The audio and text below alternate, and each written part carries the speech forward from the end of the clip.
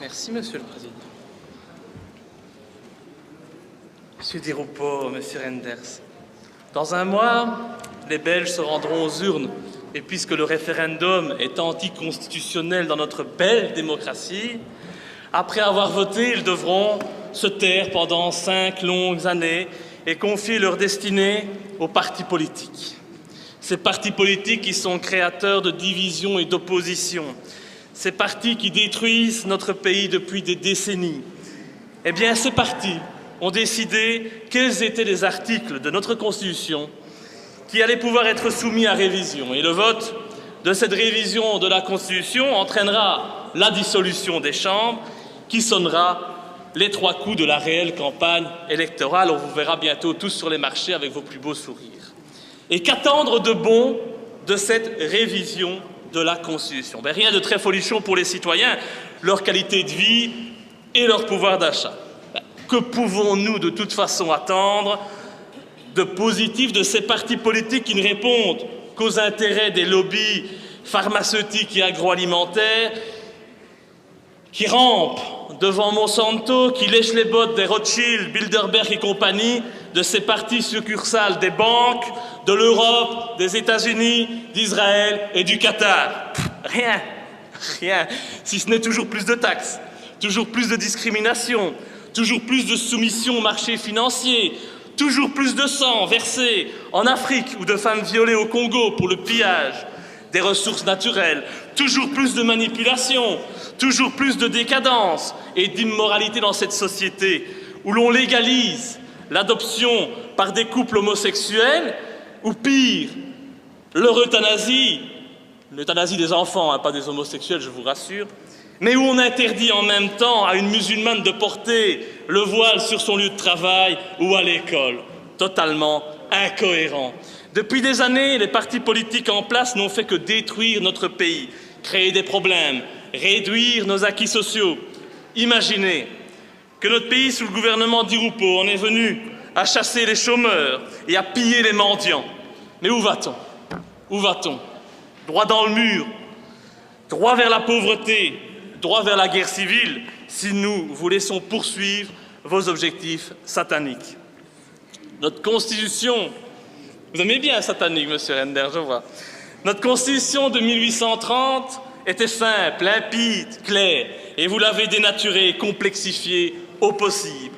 Vous avez détruit l'unité du pays, vous avez dressé des murs entre Flamands et Wallons.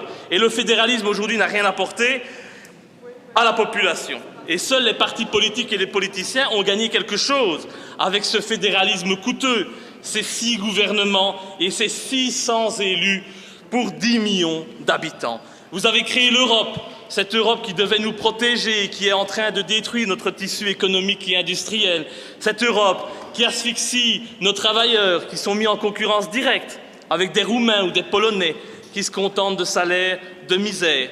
Et les changements que vous décidez ne sont jamais favorables à la population. J'ai beau chercher, je ne vois pas. Jamais. Et au contraire, à la population, vous lui demandez toujours de faire des efforts et d'accepter l'inacceptable. Et dans les textes, la Belgique est une démocratie représentative et parlementaire où le Parlement contrôle le gouvernement. Mais dans les faits, le Parlement n'a rien à dire. Après 4 années passées dans ce Parlement, je peux l'affirmer, le peuple n'est pas souverain. Ne racontez pas d'histoire. C'est le gouvernement qui a tous les pouvoirs et c'est lui qui impose ses décisions au Parlement. Nous payons les salaires de près de 600 députés fédéraux et régionaux, mais ce sont les 10 présidents de partis qui peuplent cette assemblée, qui décident, et non les députés qui, eux, se contentent de suivre les choix imposés par leur direction. Et quand je vois ces élus dont je n'ai jamais entendu le son de leur voix à cette tribune et qui peuplent cette assemblée, je me dis quel argent dépensé pour rien. Et face à ce constat, une réforme s'impose, mais pas celle que vous nous proposez, bien évidemment. Vous venez avec des mesurettes, sans ambition, alors que notre pays a besoin d'hommes courageux pour relever la tête et sortir du gouffre dans lequel vous l'avez mené. Étudiez par exemple les pistes d'Étienne Chouard, lisez la proposition que j'ai faite sur la création d'un Parlement citoyen tiré au sort. Je sais qu'ici on aime bien la politique de père en fils et que c'est confortable pour vous. Mais une réelle démocratie, c'est possible. Et il faut que les citoyens l'entendent. Parce que nous en avons marre, nous les citoyens d'en bas, de toujours voter et de toujours voir les mêmes têtes au gouvernement. Imaginez quand j'avais à peine 14-15 ans, je manifestais dans les rues de Nivelles contre la ministre de l'Enseignement. Et cette ministre, c'était Laurette Onkelings.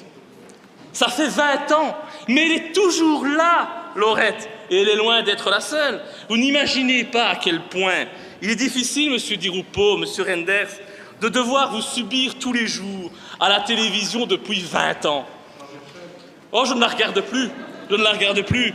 D'ailleurs, j'invite tout le monde à ne plus la regarder. Combien de jeunes ne sont pas dégoûtés de la politique de cette manière? Un nombre incroyable. Et heureusement, je parviens à les réintéresser à la politique. Pour preuve, depuis 5 mois, vous n'imaginez pas le plaisir qui est le mien de voir les militants de Debout les Belges occuper la majorité des sièges réservés au public au sein de ce Parlement. Ça vous agace, je le sais. Mais pour moi, c'est ma plus belle réussite. Et j'en profite d'ailleurs pour les remercier de leur présence, parce que des gens droits et honnêtes au sein de ce Parlement, vous ne pouvez pas imaginer à quel point ça fait du bien. Imaginez, mes chers collègues, un Parlement composé de citoyens libres, en lieu et place des marionnettes que vous êtes. Ce serait le pied. Surtout, les citoyens seraient protégés par des hommes et des femmes qui connaissent les difficultés de la vie et non méprisés par une élite qui n'a jamais eu le moindre effort à faire dans la vie et qui n'a jamais connu la moindre privation. Un Parlement libéré de ses lobbies et des loges maçonniques. Enfin, un Parlement du peuple. Et puisqu'on est en pleine période électorale et que c'est un petit peu le cirque et que les clowns qui peuvent s'être assemblés sont en train de descendre dans les rues pour aller serrer les mains des citoyens qu'ils entubent à longueur d'année et que leurs tronches colgatées et photoshopées s'affichent aux 4 coins de nos rues, inondant nos boîtes aux lettres de tracts mensongers, je vous invite à étudier ma proposition de loi du 31 mars 2011 qui visait à interdire l'affichage électoral et la distribution de tracts électoraux durant la campagne. Il suffit d'une publication officielle envoyée à tous les électeurs et dans laquelle toutes les listes et tous les programmes des partis en lice aux élections seraient présentés égalitairement. Imaginez que d'argent économisé, que de pollution évitée, que d'arbres préservés. Mais bon, égalité des chances, égalité des droits, ce sont des mots que vous ne voulez pas voir exister en matière électorale. Il faut bien conserver votre place et préparer, tant qu'on y est, celle de vos enfants. Alors franchement, vu la situation du pays, et j'en termine, au lieu de déclarer à la révision des articles insipides qui viendront encore un peu plus complexifier ce pays, faites preuve d'un peu de courage. Vous me reprochez souvent de venir à cette tribune pour vous critiquer. Mais si je ne le fais pas, qui le ferait? Qui vous dirait ce que pense la population de vos décisions et de vos comportements? Mais je vous promets que si vous prenez vos responsabilités et que vous auriez un peu de courage pour instaurer, par exemple, le référendum d'initiative populaire au niveau local, provincial et national, si vous décidez d'opter pour l'interdiction des partis politiques et la suppression de leur dotation publique, je vous suivrai et j'applaudirai des 2 mains. Les dotations, justement, parlons-en, les citoyens doivent savoir que les partis politiques traditionnels, dont les membres de ce gouvernement demandent toujours à la population de serrer la ceinture, eh bien, ils disposent d'un patrimoine de 75 millions d'euros. 75 millions d'euros pillés aux citoyens.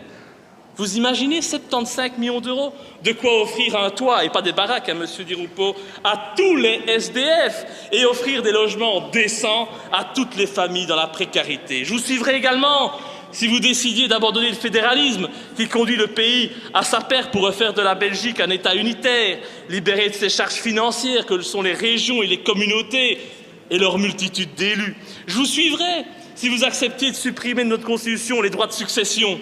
D'ailleurs, personne n'a voté pour ma proposition de révision de la Constitution en la matière. Personne, hein, malgré les éternelles promesses électorales du mouvement réformateur. Des promesses électorales, c'est-à-dire des mensonges. Je vois encore les énormes affiches sur le ring de Charleroi et un peu partout en Wallonie où le MR où le MR proposait, il y a même pas un mois, monsieur Renders, de supprimer les droits de succession. Ben on le voit, vous ne votez pas quand on vous le propose. Et alors aussi, je vous suivrai si vous décidiez d'abroger l'immunité parlementaire qui fait de nos élus des hommes au-dessus des lois. Et si vous décidiez de sortir de l'Union européenne et de l'euro, je peux même vous dire à toutes et à tous que je vous embrasserai. Car vous auriez... Alors vraiment... Oui, je sais, c'est dur. Ce serait très dur pour moi aussi. Mais bon, un petit peu d'effort. Parce que là, vous auriez alors travaillé dans l'intérêt de nos concitoyens. Oh, il y en a beaucoup que j'embrassais auparavant quand même. Ne faites pas les timides, les mijaurés. On était amis avant. Là, vous auriez travaillé dans l'intérêt de nos concitoyens. N'est-ce pas, monsieur Renders, on était amis, Madame Debu, on était amis, Madame de Permentier, on était amis avant. C'est bizarre comme on oublie vite, hein.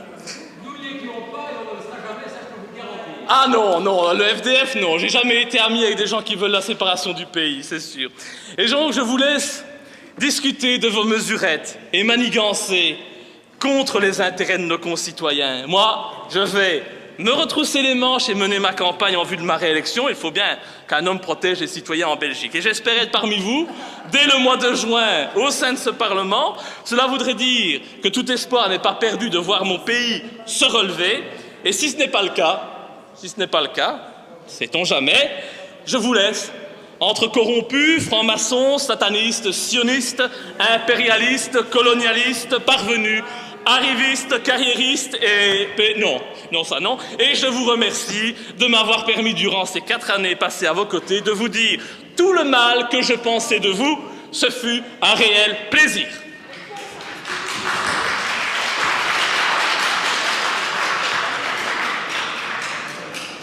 Je voudrais simplement rappeler au public qu'il n'est pas permis d'applaudir.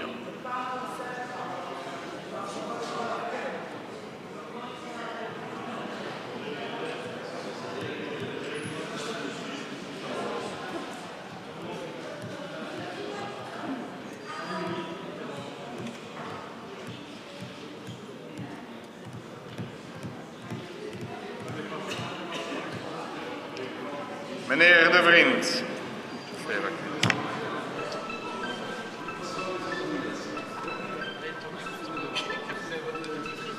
Moi, je file un rencard à ceux qui en ont marre des idéologies, discours et baratins.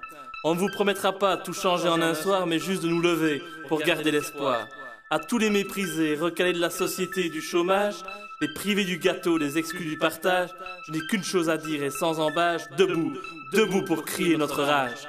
Debout les Belges, debout les braves, debout mes camarades, l'heure est venue d'éviter la débandade.